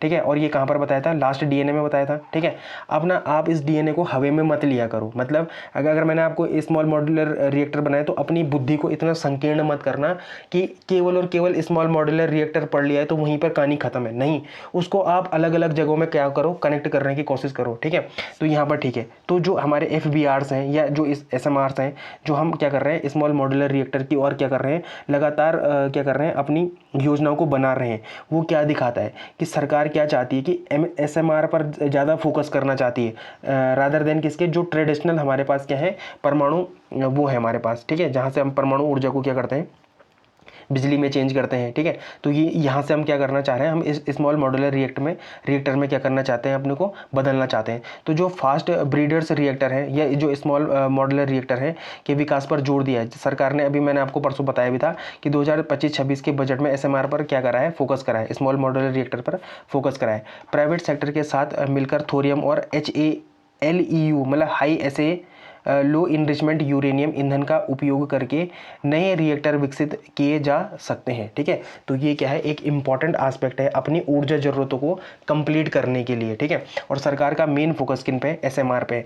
अब मैं आपको गारंटी के साथ बोल सकता हूँ कि आपके एग्जाम पॉइंट ऑफ व्यू के लिए SMR भी उतना ही इंपॉर्टेंट है जितना AI जैसा सब्जेक्ट है। ठीक है, और जो अप्रैल में मेंस लिखने जा रहे हैं ना, वो एक बार जरा SMR को क्या कर लें, तैयार कर लें। ठीक है, और इसका जो डेटा है वो आपको किससे मिल जाएगा, इससे ठीक पहले वाला जो 14 तारीख का DNA आया था, जो 14 तारीख का DNA आया था, उस टॉपिक में, उस लेक्चर में हम क्या कर रहे हैं, हमने क्या करा है, इस स्मॉल मॉड्यूलर रिएक्टर को क्या करा है, पूर्ण तरीके से पढ़ा है। ठीक है, तो वहाँ से आप उस डेटा को क्या कर सकते हैं, उठा सकते हैं। फिर ग्रीन हाइड्रोजन उत्पादन, तो भविष्य में थोरियम आधारित रिएक्टर है ना का उपयोग सस्ते ग्रीन हाइड्रोजन के उत्पादन के लिए भी किया जा सकता है। ठीक है, तो ये सारी चीज़ें क्या है, इंपॉर्टेंट है। अब मुझे लगता है कि आपको ये टॉपिक अच्छे से समझ आया होगा, और अगर आपको ये टॉपिक अच्छे से समझ आया है तो मैंने ये आपके लिए क्या बनाया है, मेंस का क्वेश्चन बनाया है। और ज़रा इसको लिखने की कोशिश करना 150 शब्दों में। ठीक है, कितने शब्दों में, तो 150 शब्दों में। और क्वेश्चन क्या है, कितना अच्छा क्वेश्चन है, देखो। भारत में त्रिचरणीय परमाणु कार्यक्रम के संदर्भ में देश की ऊर्जा सुरक्षा सुनिश्चित करने के लिए थोरियम और हालिया शांति एक्ट की भूमिका का क्या करें, मूल्यांकन करें। और कितने शब्दों में लिखना है आपको, तो ये 150 शब्दों में लिखना है। और ऐसे ही क्वेश्चन आपको कहाँ पर मिलेंगे, अपने मेंस एग्जाम में मिलेंगे। ठीक है, तो आप अभी से इनकी तैयारी कर लो, जो अब आने वाले टाइम में PCS फॉर्म को भरेंगे और जिनका अप्रैल में क्या है एग्ज़ाम है, वो इस क्वेश्चन को लिख लो। ठीक है, तो ये सारी चीज़ें हो जाती हैं यहाँ पर ख़त्म। ठीक है, ये टॉपिक हो जाता है यहाँ पर ख़त्म। अब जो अगला टॉपिक है वो किससे रिलेटेड है, ऑस्कर से रिलेटेड है। तो जो 98वां अकादमी पुरस्कार है ऑस्कर की, उसकी घोषणा हुई, जिसमें वन बैटल आफ्टर अनदर ने सर्वश्रेष्ठ फिल्म और माइकल B. जॉर्डन ने सर्वश्रेष्ठ अभिनेता का क्या जीता है, खिताब जीता है। ठीक है, तो ये न्यूज़पेपर की कटिंग है। ठीक है, और उसी के बेस पे ये जो डेटा बने हैं। ठीक है, तो यहाँ पर जो इंपॉर्टेंट डेटा है, जो आपको पता होने चाहिए, जो आपके एग्जाम पॉइंट ऑफ व्यू के लिए क्या है, बहुत ज़्यादा इंपॉर्टेंट है। सबसे पहले तो जो सर्वश्रेष्ठ फिल्म है। ठीक है, अब मैं आपको एक क्वेश्चन पूछता हूँ। अब मैंने कुछ दिन पहले ना आपको बाफ्टा के बारे में बताया था कि बाफ्टा में भारत की एक मूवी को क्या किया गया था, बाफ्टा अवार्ड मिला था। ज़रा मुझे उस मूवी का नाम कहाँ पर बताना, कमेंट सेक्शन में बताना कि कौन सी मूवी को बाफ्टा अवार्ड मिला था। ठीक है, अब जो ऑस्कर अवार्ड है तो उसमें सबसे सर्वश्रेष्ठ फिल्म कौन है, वन बैटल आफ्टर अनदर। ठीक है, ये क्या है, सर्वश्रेष्ठ मूवी है, पिक्चर नहीं, मूवी है। ठीक है, क्या है, एक मूवी है। ठीक है, ये क्या है, सर्वश्रेष्ठ मूवी है।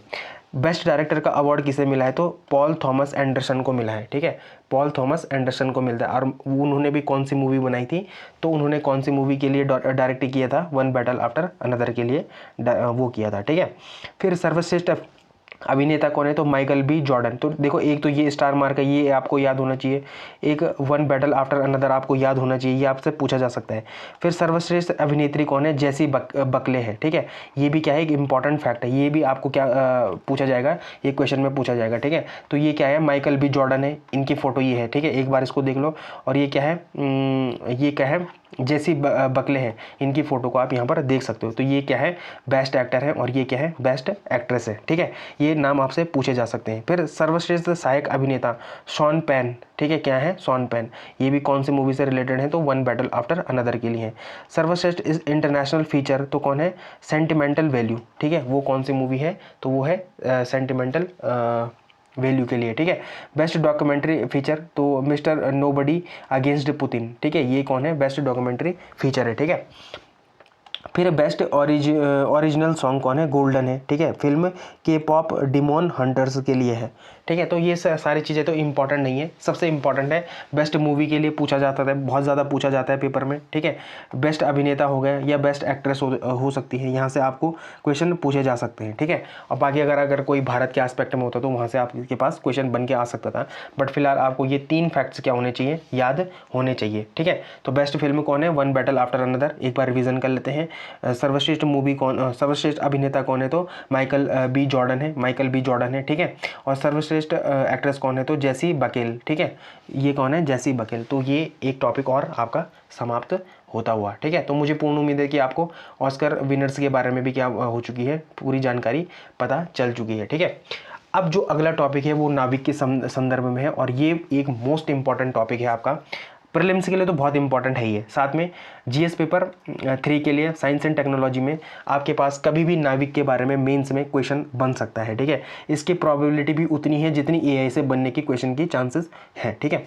तो अब देखो नाविक किसका है, तो इसरो का है। तो इसरो के स्वदेशी नेविगेशन सिस्टम नाविक के एक उपग्रह IRNSS-1F की परमाणु घड़ी के ने क्या कर दिया, काम करना बंद कर दिया है, जिससे भारत की अपनी जीपीएस सेवा को सुचारू रूप से चलाने में तकनीकी क्या आ रही हैं, चुनौतियां आ रही हैं, ठीक है।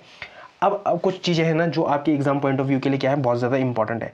नाविक में कितने उपग्रह हैं, तो 7 उपग्रह हैं, ठीक है, सबसे इंपॉर्टेंट है। और इस चित्र में भी आपको 7 ही उपग्रह दिख रहे होंगे, 1 2 3 4 5 6 और 7, ठीक है। तो नाविक में क्या है, ये 7 क्या है, उपग्रह हैं। ये भी आपको कई बार क्या हो सकता है, स्टेटमेंट वाले क्वेश्चंस में पूछा जा सकता है कि जो अपना क्या है स्वदेशी नेविगेशन सिस्टम है, जो नाविक है, उसमें कितने क्या है, कितने उपग्रह हैं, ठीक है, कितने उपग्रह हैं, तो उसमें क्या है, 7 उपग्रह हैं, ठीक है। तो पहला तो क्या इंपॉर्टेंट है, सबसे पहले है नाविक का what is the full form of नाविक, तो नेविगेशन विद इंडिया कॉन्स्टलेशन, ठीक है। ये क्या है, इसकी फुल फॉर्म है। कई बार आपको पूछा जा सकता है कि नाविक में जो सी है वो किसको डिनोट करता है, तो कॉन्स्टलेशन को डिनोट करता है, ठीक है। आई किसको डिनोट करता है, तो इंडियन को डिनोट करता है। एन किसको डिनोट करता है, तो नेविगेशन को डिनोट करता है। तो ये सारी चीज़ें क्या है आपके एग्जाम पॉइंट ऑफ व्यू के लिए क्या है, बहुत ज़्यादा इंपॉर्टेंट है। जो इसका कवरेज एरिया है, मतलब जो ये 7 सैटेलाइट हैं, ये कितनी एरिया को क्या करती हैं, कवर करती हैं, तो भारत और उसकी सीमा के चारों ओर 1500 किलोमीटर के दायरों को क्या करती हैं, कवर करती हैं। और ये हमारे लिए सामरिक दृष्टि से बहुत ज़्यादा इंपॉर्टेंट है। बोलो कहाँ पर, पाकिस्तान वाले बॉर्डर पर, नेपाल वाले बॉर्डर पर, चाइना वाले बॉर्डर पर, बांग्लादेश वाले बॉर्डर पर कौन कौन सी गतिविधियां चल रही हैं, ठीक है। वो सारी की सारी चीज़ें हमको कौन बता सकता है, नाविक बता सकता है। साथ ही साथ किसके, मैरीटाइम, मतलब जो हमारा जो हिंद महासागर है, जो हमारा ये नीचे वाला हिंद महासागर है, इसकी भी जानकारी हमें कौन दे सकता है, नाविक दे सकता है कि कौन सी चाइना की जो स्पाई वेसल है। कई बार हम पढ़ते हैं ना कि चाइना की एक स्पाई वेसल ने हिंद महासागर में एंट्री करी, ठीक है, और हमको पता चल गया। तो वो कहाँ से पता चलता है भाई, इन्हीं सब चीज़ों से तो पता चलता है, ठीक है। अब जो ये आगे जो ये डेटा है ना, यहाँ से बहुत सारे क्वेश्चन बने हैं, यूपीएससी ने इससे बहुत ज़्यादा क्वेश्चन बनाए हैं, और अब देर नहीं है कि पीसीएस भी इससे क्वेश्चन उठा ले, ठीक है। तो आपको पता होना चाहिए कि जो वैश्विक नेविगेशन सिस्टम है वो कौन कौन से है। भारत का जो नेविगेशन सिस्टम है वो कौन है, नाविक है, ये तो आपको पता चल गया। अमेरिका का जो नेविगेशन सिस्टम है, जो जीपीएस है, जो आप गूगल मैप्स में यूज़ नहीं करते अपने कार्स में या अपने फ़ोन में, जो आप जो जीपीएस यूज़ करते हैं वो किसका है, वो अमेरिका का है, ठीक है। ग्लोनास किसका है, रशिया का है। देखो ये बहुत इंपॉर्टेंट है, ये पूछा जाता है पेपर में कि जो नेविगेशन सिस्टम रूस का है उसका नाम क्या है, तो उसका नाम क्या है, ग्लोनास है। जो यूरोप का नेविगेशन सिस्टम है उसका नाम क्या है, उसका नाम गैलीलियो है। जो चाइना का नेविगेशन सिस्टम है वो क्या है, वेडू है, ठीक है। जो जापान का जो नेविगेशन सिस्टम है वो क्या है, क्वाज है, ठीक है। तो ये पूछा जा सकता है, QZSS, ठीक है, ये जापान का है, ठीक है। वेडू किसका है, चाइना का है। गैलीलियो किसका है, यूरोप का है। गोलनास किसका है, रशिया का है। और जो जीपीएस है वो किसका है, अमेरिका का है। तो ये जो डेटा है ये बहुत इंपॉर्टेंट है आपके प्रिलिमिनरी एग्जाम के लिए, ठीक है। यहाँ से यूपीएससी क्वेश्चन बना चुका है और यूपी पीसीएस भी क्वेश्चन बना चुका है, ठीक है। यूपी पीसीएस भी क्या बना चुका है, यहाँ से क्वेश्चन बना चुका है। और आने वाले टाइम में ये उत्तराखंड पीसीएस में भी या लोअर पीसीएस में, ये आरओ ARO के प्री मेंस कहीं पर भी ये क्वेश्चन आ सकता है। तो या तो आप इसकी स्क्रीनशॉट कर लो या आप इसको लिख लो, या फिर आप क्या करो, टेलीग्राम चैनल से जुड़ो और वहाँ से इस PDF को रख लो अपने पास, ठीक है। अब इसमें कुछ और चीज़ें हैं प्रीलिम्स के एस्पेक्ट से, जैसे उपग्रहों की कक्षाएं, ठीक है। तो कुल उपग्रह कितने हैं नाभिक, देखो हाँ मैं आपको बता रहा था ना, नाभिक प्रणाली में मुख्य रूप से कितने उपग्रह हैं, 7 उपग्रह एक समूह में, ठीक है, क्या करते हैं, काम करते हैं। कॉन्स्टलेशन, ठीक है, उसका मतलब क्या होता है, समूह, ठीक है। तो उसमें क्या करते हैं, काम करते हैं। तो आपको ना देखो, ये आपने ये 2 शब्द पढ़े होंगे ज्योग्राफी में, जियो स्टेशनरी और जियो सिंक्रोनाइज, ठीक है, जियो स्टेशनरी और जियो सिंक्रोनाइज, ठीक है। तो ये आपने पढ़े होंगे। लेकिन मैं आपको एक बार और भी बोलूँगा कि एक बार गूगल में जरूर इन 2 शब्दों को सर्च करना और इसके बारे में कहाँ पर बताना, एक सरल भाषा में कहाँ पर बताना, कमेंट सेक्शन में बताना। ये दोनों शब्द बहुत ही ज़्यादा इंपॉर्टेंट है आपके ज्योग्राफिकल एस्पेक्ट से, ठीक है। तो भूस्थैतिक कक्षा क्या होती है, तो 3 उपग्रह क्या है, भूमध्य रेखा के ठीक ऊपर है, ये पृथ्वी के साथ साथ घूमते हैं और हमेशा आसमान में एक ही जगह पर क्या होते हैं, स्थिर होते हैं। चलो मैं ये बता देता हूँ। देखो जियो स्टेशनरी क्या होता है, जियो स्टेशनरी क्या होता है, माना ये अपनी क्या है, प्यारी पृथ्वी है, ठीक है, ये अपनी प्यारी पृथ्वी है और ये अपना क्या है, भारत है, ठीक है, ये क्या है, अपना भारत है, ठीक है। अब यहाँ पर ना ये ठीक भारत के ऊपर, ठीक है, भारत के ऊपर 3 ऐसे होंगे ये, ठीक है, 3 उपग्रह ऐसे होंगे। अब जैसे ये रोटेट करेगी ना, ये रोटेट करेगी तो ये भी उसी के साथ रोटेट करेंगे, ये उपग्रह भी सेम टाइम पे क्या करेंगे, रोटेट करेंगे। मतलब अगर एक मिनट में पृथ्वी इतना रोटेट करती है तो ये उपग्रह भी 1 मिनट में इतना ही रोटेट करेंगे। मतलब ये एक पर्टिकुलर स्थान में, एक पर्टिकुलर स्थान को क्या करेंगे, कवर करके चलेंगे, ठीक है। ये उपग्रह है अपना, ठीक है, ये क्या है, उपग्रह है ये अपना, ठीक है, ये पर्टिकुलर क्या है, एक एरिया है और ये इस एरिया के ऊपर, जैसे ये 3 अपने क्या है, जियो स्टेशनरी सैटेलाइट है ना, ये 3 इसके ऊपर है, तो ये हमेशा इसके ऊपर ही रहेंगे और ये जैसे ही पृथ्वी घूमेगी तो ये भी उसी के साथ साथ क्या करेंगे, घूमेंगे, ठीक है, ये क्या करेंगे, पृथ्वी के साथ साथ घूमेंगे। तो ये जो इम्पोर्टेंट एरिया होगा, माना हमने एक उपग्रह को माना कि भारत और पाकिस्तान की सीमा पर ही हमने क्या करा है, हमेशा के लिए एडजस्ट करा है, तो वो हमेशा ही वहीं पे ही कैप्चर रहेगा। मतलब अगर भारत और पाकिस्तान के बॉर्डर्स पे कोई भी गतिविधि होती है तो हमको वो ऑन टाइम पता चल जाएगी कि क्या क्या गतिविधियां हो रही है, ठीक है। तो 3 उपग्रह तो हमारे क्या हैं, जियो स्टेशनरी तरीके से क्या हो चुके हैं, सेट हो चुके हैं। लेकिन जो बाकी उपग्रह हैं, जो 4 उपग्रह हैं, ठीक है, वो क्या है, जियो सिंक्रोनाइज तरीके से हैं। मतलब कि उपग्रह इस कक्षा में होते हैं जो भूमध्य रेखा से एक कोण पर झुके हुए होते हैं, ठीक है, ये एक कोण पर क्या होते हैं, झुके हुए होते हैं, ठीक है, और ये भी वैसे ही घूमते हैं, ठीक है। तो एक बार जरा आप क्या करना, एक बार गूगल में जरूर सर्च कर लेना जियो स्टेशनरी और जियो सिंक्रोनाइज। मुझे ऐसा लगता है कि काफ़ी लोगों को अभी भी वैसे समझ नहीं आया होगा, बट एक बार आप अपनी तरीके से भी इसको क्या करना, गूगल करने की कोशिश करना। अब अगर मैं ज्योग्राफी पढ़ा रहा होता तो मैं फिर इसमें ही पूरा एक लेक्चर ले लेता, ठीक है, ये कोई बहुत बड़ी बात नहीं है। लेकिन मैं क्या पढ़ा रहा हूँ, करंट अफेयर पढ़ा रहा हूँ, ठीक है। और जो ये बेसिक चीज़ है, मैं कोशिश पूरी करता हूँ कि मैं आपको अपने तरीके से इसे समझा पाऊँ।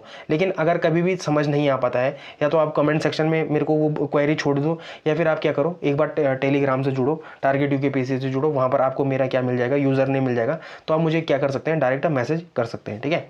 तो ये इंपॉर्टेंट है। फिर मेंस में कहाँ कहाँ के लिए इंपॉर्टेंट है, तो मेंस में जीएस पेपर 3, ठीक है, GS paper 3 science and technology के लिए क्या है, बहुत ही ज़्यादा इंपॉर्टेंट है।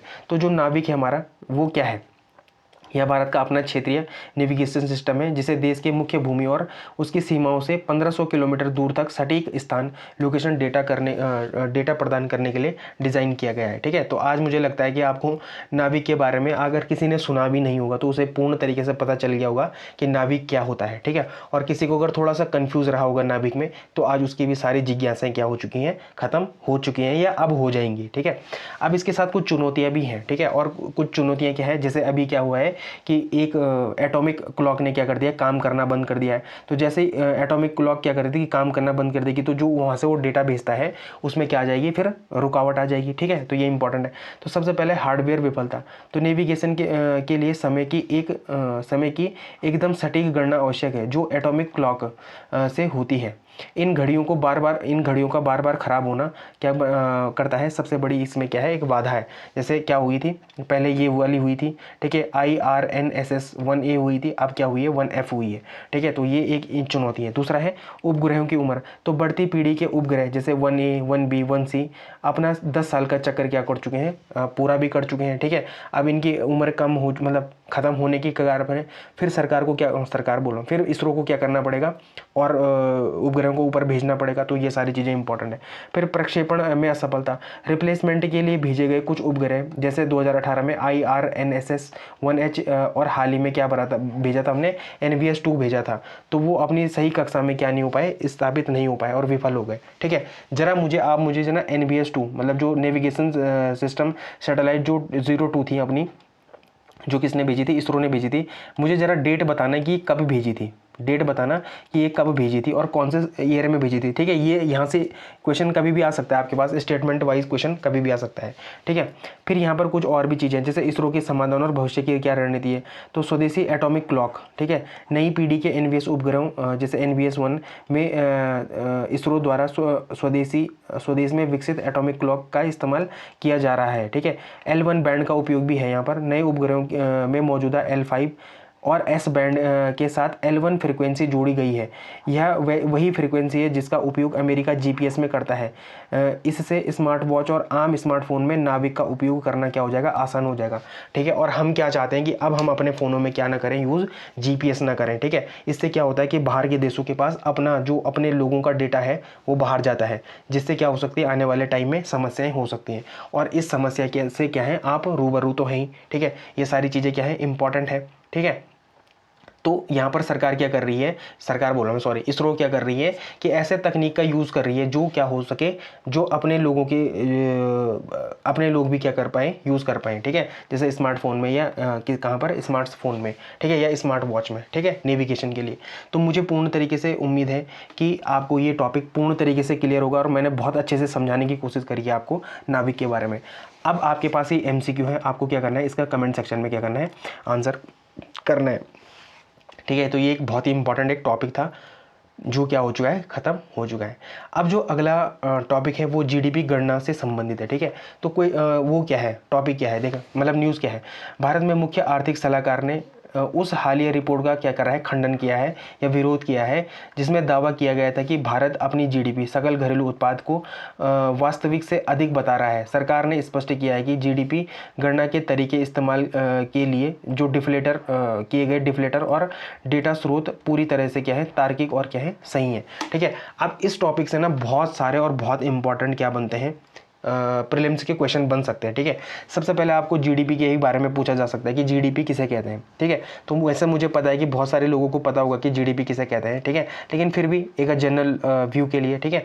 तो किसी देश की भौगोलिक सीमा के भीतर एक निश्चित समय, आमतौर पर एक वित्तीय वर्ष में उत्पादित सभी अंतिम सेवाओं और अंतिम वस्तुओं और सेवाओं के कुल बाजार का मूल्य क्या कहलाता है, GDP कहलाता है, ठीक है। अब जरा मुझे एक चीज़ और बताना, जैसे हम GDP की बात करते हैं ना, ठीक है, तो what is the full form of GDP, gross domestic product. लेकिन ऐसा क्या जोड़ते और घटाते हैं जब हम GDP को GNP में बदलते हैं, ठीक है। तो जब हम GDP को GNP में चेंज करते हैं तो ऐसा क्या जोड़ते हैं या ऐसा क्या घटाते होंगे कि वो क्या हो जाती है, ग्रॉस नेशनल प्रोडक्ट हम निकाल पाते हैं। जरा मुझे एक बार कमेंट सेक्शन में लिख के बताना, ठीक है। तो ये सारी चीज़ें क्या है, इंपॉर्टेंट है। संस्था और पदाधिकारी, तो भारत में वर्तमान टाइम में जो मुख्य आर्थिक सलाहकार है वो कौन है, तो V अनंत नागेश्वरन। ये कई बार आपके पास क्वेश्चन आ जाता है ना, नियुक्तियों से संबंधित क्वेश्चन आता है। तो आप मुझे मतलब आप क्या बताओगे, यहाँ पर है तो ये, ठीक है, कि भारत में वर्तमान में मुख्य आर्थिक सलाहकार कौन है, तो वो कौन है, V अनंत नागेश्वरन है, ठीक है। राष्ट्रीय आय या GDP के आंकड़े कौन जारी करता है, तो वो MOSIP मतलब ministry of static and programme implementation के अंतर्गत NSO नेशनल स्टैटिक ऑफिस क्या करता है, जारी करता है, ठीक है। अब इसमें थोड़ा सा बेस ईयर की भी बात करी गई थी। GDP गणना के लिए नया बेस ईयर क्या करा गया है, प्रस्तावित किया गया है, तो वो क्या है, 22-23 है, ठीक है। 2022-23, शायद मैं आगे गलत बोल गया था, तो 2022-23 क्या है, इसका बेस ईयर बनाने की बात करी गई है, ठीक है। तो ये सारी चीज़ें इंपॉर्टेंट है। अब जरा मुझे बताना कि वर्तमान समय में जो GDP गणना होती है वो कौन से ईयर में मतलब उसका बेस ईयर क्या है, ये आपको कहाँ पर बताना है, कॉमेंट सेक्शन में बताना है। अब GDP डिफ्लेटर किसे कहते हैं, बहुत सारे लोगों को नहीं पता होगा कि GDP डिफ्लेटर क्या होता है, ठीक है। तो यह महंगाई मापने का एक क्या है, व्यापक पैमाना है। WPI और CPI में सिर्फ कुछ चुनिंदा वस्तुओं की क्या आती है, बास्केट होती है, जबकि GDP डिफ्लेटर में देश की सीमा के भीतर उत्पादित सभी वस्तुओं और सेवाओं का क्या होता है, वस्तुओं और सेवाओं को क्या किया जाता है, शामिल किया जाता है। और जो GDP डिफ्लेटर है ना, इसको निकालने का एक फार्मूला भी है, ठीक है, उसको निकालने का एक फार्मूला भी है। एक तो है नॉमिनल GDP, ठीक है, nominal GDP upon real GDP into 100, ठीक है। अच्छा यहाँ इधर लिखा तो है, सॉरी, ठीक है, ठीक है, इधर लिखा भी है, सॉरी मैं देखना भूल गया था, ठीक है। तो यहाँ पर क्या है, जो जीडीपी डिफ्लेटर है उसको कैसे निकालते हैं, तो नॉमिनल जीडीपी अपॉन क्या होता है, रियल जीडीपी इनटू क्या होता है, 100 होता है, ठीक है। तो यहाँ से क्या निकल जाता है, अपना जीडीपी डिफ्लेटर निकल जाता है। अब आपको मुझे एक दो चीज़ें और भी बतानी है। व्हाट इज़ द बेस, इसका आधार वर्ष क्या है, WPI का बेस ईयर क्या है, आधार वर्ष क्या है, ठीक है, आधार वर्ष क्या है। और CPI का आधार वर्ष तो मैं पता नहीं चिल्ला चिल्ला के कितनी बार बता चुका हूँ, पर बता देना कि आधार वर्ष CPI का भी क्या है, ठीक है। ये कहाँ पर बताओगे आप, कमेंट सेक्शन में बताओगे, ठीक है। तो ये सारी चीज़ें इंपॉर्टेंट है। अब मेन्स में कहाँ के लिए इंपॉर्टेंट है, सबसे पहले है GDP की गणना के लिए। और कहाँ पर कनेक्ट करेंगे, तो सीधे सीधे ये GS पेपर 3 में, ठीक है। ये टॉपिक ही है, अपने आप में ही एक टॉपिक है पूरा का पूरा, ठीक है। राष्ट्रीय आय से, नेशनल इनकम से, ठीक है, नेशनल इनकम, ठीक है। ये पूरा का पूरा टॉपिक है और इसी के अंदर क्या आता है, GDP, GNP सारे, ठीक है, NNP, ये सारी चीज़ें आते हैं, मार्केट प्राइस, फैक्टर कॉस्ट, सारी की सारी ये इसी में आती हैं। तो GDP गणना मतलब ये मेंस में भी आ सकता है आपके पास, ठीक है। तो GDP गणना सरकार ने फरवरी 2026 में डेटा को और सटीक बनाने के लिए व्यापक प्रशासनिक डेटा का उपयोग किया और बेस ईयर आधार को क्या रखा, 2022-23 में संशोधित करने का कदम उठाया है, ठीक है। तो यहाँ पर से ये यहाँ पर आप इसको कनेक्ट कर सकते हैं। फिर WPI और CPI में बहस भी हुई है। तो आलोचकों का कहना है कि भारत गलत तरीके से WPI का उपयोग करता है। इसके बचाव में तर्क दिया गया है कि WPI जो PPI है, WPI उत्पादक मूल्य सूचकांक के काफ़ी करीब है। देखो जो विकसित देशों में जो महंगाई निकाली जाती है ना, वो PPI पे निकाली जाती है। किस पे निकाली जाती है, तो प्रोड्यूसर प्राइस इंडेक्स पे क्या निकाली जाती है, विकसित देशों की GDP निकाली जाती है, ठीक है। अब सरकार ने क्या करा कि अपनी जो GDP की गणना करी है वो WPI पे करी है। और सरकार का ये कहना है, इसमें ये तर्क देना है कि जो WPI है ना, वो इक्वली नज़दीक है किसके, PPI के नज़दीक है, ठीक है। वो किसके नज़दीक है, प्रोड्यूसर प्राइस इंडेक्स के काफ़ी नज़दीक है। इसलिए सरकार का कहना है कि जो अपना जो GDP की गणना है वो क्या है, ज़्यादा सटीक है, वो क्या है, ज़्यादा सटीक है, ठीक है। तो स्टील, सीमेंट, खनिज और IT सेवाओं का उपयोग मुख्य रूप से औद्योगिक कार्यों में होता है जो WPI में आते हैं, इसलिए इन्हें CPI में मापना क्या है, गलत है।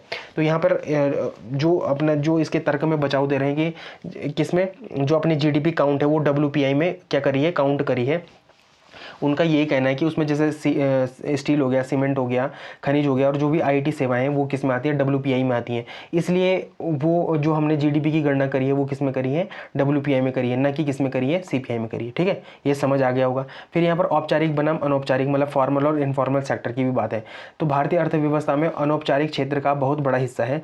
GST और डिजिटल अर्थव्यवस्थाओं के कारण इस क्षेत्र का तेजी से क्या हुआ है, औपचारीकरण मतलब फॉर्मलाइजेशन हो रहा है, ठीक है। तो ये इंपॉर्टेंट है। फिर आर्थिक मापदंडों में बदलाव, 2015 के बाद भारत की अर्थव्यवस्था बहुत बदल गई है।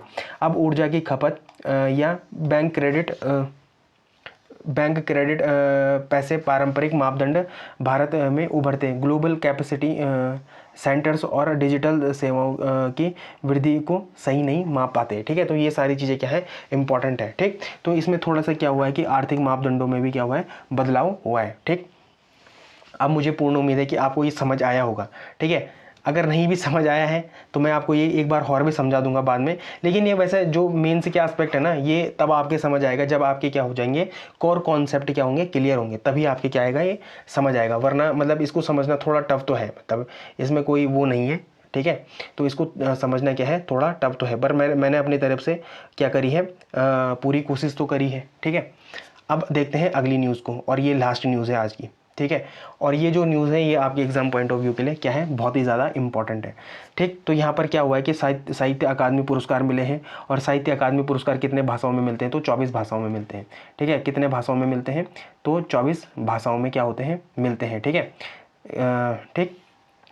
तो साहित्य कितने भाषाओं में मिलते हैं, 24 भाषाओं में मिलते हैं, ठीक है। और इसमें क्या हुआ है कि इनमें 8 कविता संग्रह, 4 उपन्यास और 6 कहानी संग्रह, 2 निबंध और 1 ऐतिहासिक आलोचना, 1 आत्मकथा और 2 संस्मरण की क्या थी, पुस्तकें इसमें शामिल थी। अब यहाँ पर जो ममता कालिया जी हैं, इनको क्या मिला है, इनको जीते जी इलाहाबाद, ठीक है, जीते जी इलाहाबाद के लिए साहित्य अकादमी पुरस्कार मिला है। ठीक है, इनको क्या मिला है, साहित्य पुरस्कार अकादमी मिला है। और किस चीज़ के लिए मिला है, तो जीते जी इलाहाबाद के लिए। ठीक है, और ये कौन सी उसमें है, तो हिंदी में मिला है इनको। ठीक है, ये कौन सी भाषा में मिला है, तो हिंदी भाषा में। पर ये कोई उपन्यास नहीं है, हाँ, इसको थोड़ा सा याद रखना। ये क्या है, संस्मरण है। तो संस्मरण में किन किन किन को मिला है, एक तो हिंदी भाषा में मिला है, जीते जी इलाहाबाद के लिए मिला है, किसको मिला है, ममता कालिया जी को मिला है। ठीक है, और धात्रीपात सनगाम मैथिली भाषा के लिए महेंद्र को ये पुरस्कार मिला है। तो एक मतलब जो संस्मरण के लिए दो वो मिले हैं। ठीक है, क्या मिले हैं, साहित्यिक पुरस्कार मिले हैं। एक तो ममता कालिया जी को मिला है हिंदी भाषा के लिए, और एक मैथिली भाषा में महेंद्र जी को मिला है, किसके लिए, धात्रीपात सनगाम के लिए मिला है। ठीक है, वैसे उपन्यास में भी मिला है, जैसे असमिया भाषा में एक उपन्यास लिखा है। ठीक है, इन्हें मिला है। ठीक है, एक बोडो भाषा में उपन्यास लिखा है, इनको मिला है। फिर अंग्रेजी भाषा में नवतेज सरना को मिला है। ठीक है, नवतेज सरना को क्या मिला है, अंग्रेजी भाषा में क्या मिला है, साहित्यिक अकादमी पुरस्कार मिला है। अब देखो, इसमें ना हर भाषा के तो नहीं पूछे जाएंगे पेपर में। ठीक है, हर भाषा के नहीं पूछे जाएंगे। इसमें जो सबसे इंपॉर्टेंट आपके एग्जाम पॉइंट ऑफ व्यू के लिए होता है, वो क्या क्या होता है, सबसे पहले हिंदी भाषा में। ठीक है, हिंदी भाषा में, दूसरा अंग्रेजी भाषा में। ठीक है, दूसरा इंग्लिश भाषा में। ठीक है, दूसरा इंग्लिश भाषा में। ठीक है, और थोड़ा सा आपको ना इनकी विधा बतानी है कि कितनी विधाओं में दिया जाता है। तो एक उपन्यास वाली विधा हो गई, संस्मरण वाली विधा हो गई, आत्मकथा वाली विधा हो गई, कहानी वाली विधा हो गई, निबंध वाली विधा हो गई, और साहित्यिक आलोचना वाली विधा हो गई। मतलब 1 2 3 4 5 6, तो 6 विधाएं होती हैं, और 6 विधाओं में क्या मिलता है, साहित्यिक अकादमी पुरस्कार मिलता है। ठीक है, तो ये सारी चीज़ें क्या है, इंपॉर्टेंट है आपके प्रिलिमिनरी एग्जाम के लिए। लेकिन अब इनकी थोड़ा कीर्ति भी देख लेते हैं, किनकी, ममता कालिया जी के। ठीक है, और इनको किस चीज़ के लिए मिला है, तो जीते जी इलाहाबाद के लिए मिला। और जीते जी इलाहाबाद क्या है, संस्मरण है। ठीक है, ना कि क्या है, कोई उपन्यास नहीं है। इसको थोड़ा इसको याद रखना। ठीक है, तो 2 नवंबर 1940 को वृंदावन में जन्मी ममता कालिया हिंदी कथा साहित्य के परिदृश्य पर 7वें दशक से निरंतर अपनी उपस्थिति दर्ज करा रही हैं। उनकी प्रमुख कृतियाँ क्या है, दुखम सुखम। ठीक है, एक तो प्रमुख कृति क्या है, दुखम सुखम है। ठीक है, सपनों की होम डिलीवरी। ठीक है, कल्चर वल्चर, ये क्या है, इनका एक उपन्यास है। तो ये पूछा जा सकता है कि इनका एक उपन्यास क्या है, कल्चर वल्चर है। ठीक है, कल्चर वल्चर क्या है, इनका एक उपन्यास है। छुटकारा हो गया, उसका यौवन हो गया, मुखोटा हो गया, ये सारी चीज़ें शामिल है। इससे पूर्व इनको क्या मिला है, तो ममता को इससे पूर्व इनको ममता कालिया जी को क्या मिला है, एक तो व्यास सम्मान मिला है, यशपाल स्मृति सम्मान मिला है, और महादेवी स्मृति पुरस्कार से भी इनको क्या मिला है, नवाजा गया है। तो ये सारी चीज़ें क्या है, बहुत ज़्यादा इंपॉर्टेंट है आपके प्रिलिमिनरी एग्जाम के लिए। अब थोड़ा सा ना इसके बारे में देख लेते हैं, साहित्य अकादमी पुरस्कार के बारे में थोड़ा सा देख लेते हैं। ठीक है, तो साहित्य अकादमी पुरस्कार के बारे में क्या है, इसकी स्थापना कब हुई थी, तो इसकी स्थापना हुई थी 12 मार्च 1954 को हुई थी। किसके, अपनी साहित्य पुरस्कार अकादमी की।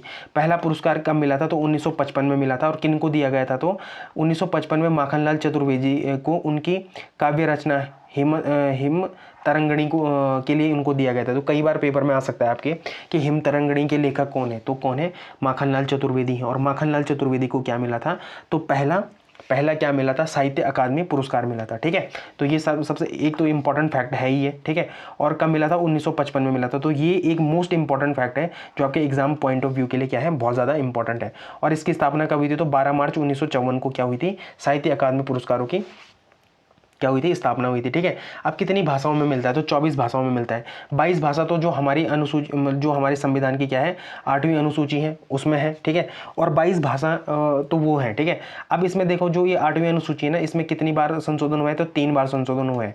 21वां संविधान संशोधन, 71वां संविधान संशोधन, और 92वां संविधान संशोधन।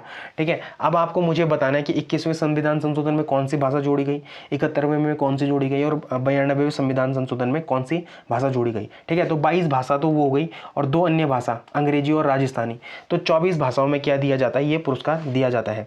पुरस्कार में क्या मिलता है, तो सबसे पहले तो 1 लाख रुपए मिलता है। ठीक है, इससे पहले क्या था, 2009 से पहले यह राशि कम थी, मतलब हाँ 2009 से पहले राशि कम होगी, लेकिन 2009 से क्या मिलने लग गया, 1 लाख रुपए मिल गया। एक ताम्रपत्र भी मिलता है और एक शॉल मिलता है। ठीक है, अब इस जो ताम्रपत्र था ना, इसका डिजाइन किसने करा था, तो वो किसने करा था, सत्यजीत रे ने करा था। ठीक है, जो ताम्रपत्र का जो डिजाइन बनाया था वो किन्होंने बनाया था, तो सत्यजीत रे ने बनाया था। अब इसमें कुछ शर्तें भी हैं। ठीक है, पात्रता की कुछ शर्तें हैं, देखो क्या है।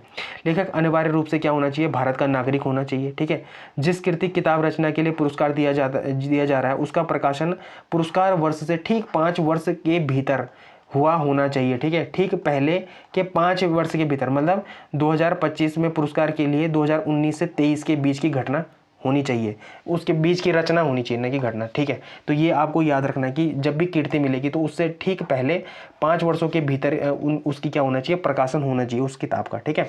कीर्ति का साहित्य में उत्कृष्ट योगदान भी क्या होना चाहिए, ठीक है। तो ये सारी शर्तें हैं किसके लिए, साहित्य अकादमी पुरस्कार के लिए, ठीक है। अब जो ये कटिंग है ना, ये मैं कहाँ पर डाल दूंगा, ये मैं टेलीग्राम पे भी डाल दूंगा, ठीक है। बाकी जिनके पास तो ये पीडीएफ जा ही रही है उनको तो ये पूर्ण तरीके से मिल ही जाएगा, ठीक है। तो ये जो क्या है, ये टॉपिक है, यहाँ से भी आपके एग्जाम पॉइंट ऑफ व्यू के लिए क्या है, ये टॉपिक बहुत ज़्यादा इंपॉर्टेंट है। और यहाँ से एक क्वेश्चन पक्का हर एग्जाम में आता है, ठीक है, यहाँ से एक क्वेश्चन पर हर एग्जाम में आता है, ठीक है। तो मुझे उम्मीद है कि आपको आज का डीएनए पसंद आया होगा।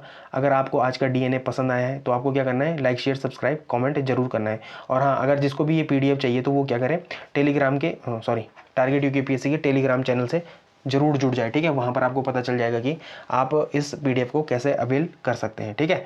तो आई होप आपको ये टॉपिक ये लेक्चर पसंद आया होगा। अगर आपको ये लेक्चर पसंद आया है तो लाइक शेयर सब्सक्राइब कमेंट जरूर करें। Thank you so much.